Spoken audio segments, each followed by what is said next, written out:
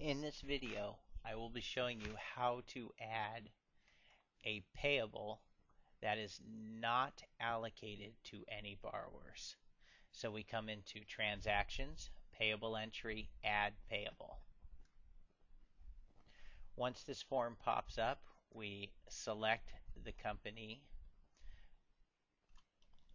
and then we tab into the LX type. We'll go ahead and choose the appropriate LX type and then tab out. And you'll notice I'm getting a prompt asking me, will this be allocated to a single borrower? If it's allocated to one borrower, you hit yes. If it's allocated to multiple borrowers or no borrowers, you hit no. Now we're up in the vendor input box and we select our proper vendor and we tab down to the invoice number field.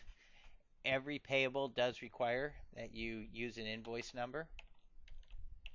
So we'll go ahead and put that in. And then we tab again into the payee field, which is actually a joint payee field, and we'll print a second name on the check.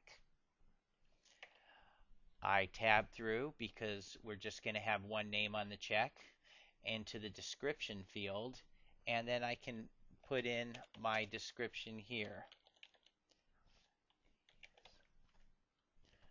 All right, the post date is when we want it recorded in the general ledger, and we'll go ahead and put that in the June. And the vendor date is what the vendor has put at the top of the invoice. We tab into due date, and that's when we would like to pay the invoice by. We go ahead and tab out, and then we get this prompt here that tells us only fill in bank code, disbursement type, and check number if this invoice has already been paid with a manual or hand check. I'm going to go ahead because I want it to be an open invoice that I print a check against later. I'm going to leave them blank and tab down into the control total and put in the total amount of the invoice. We go ahead and we tab up again and get into GL number.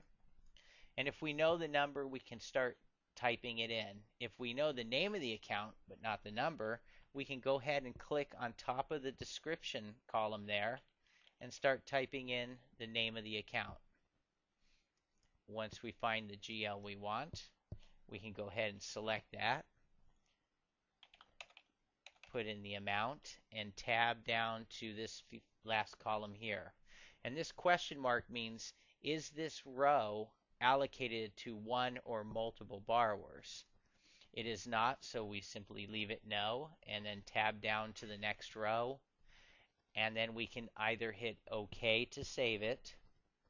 We can hit single check, which will save it, and then make sure that when we print a check for this invoice, that no other invoices from this vendor are combined up on that check. Or you can go ahead and click on InstaCheck, which will bypass the pick invoices for payment function and take you right into the right check screen. We're going to go ahead and hit OK. And that's how you add an invoice that is allocated to no borrowers.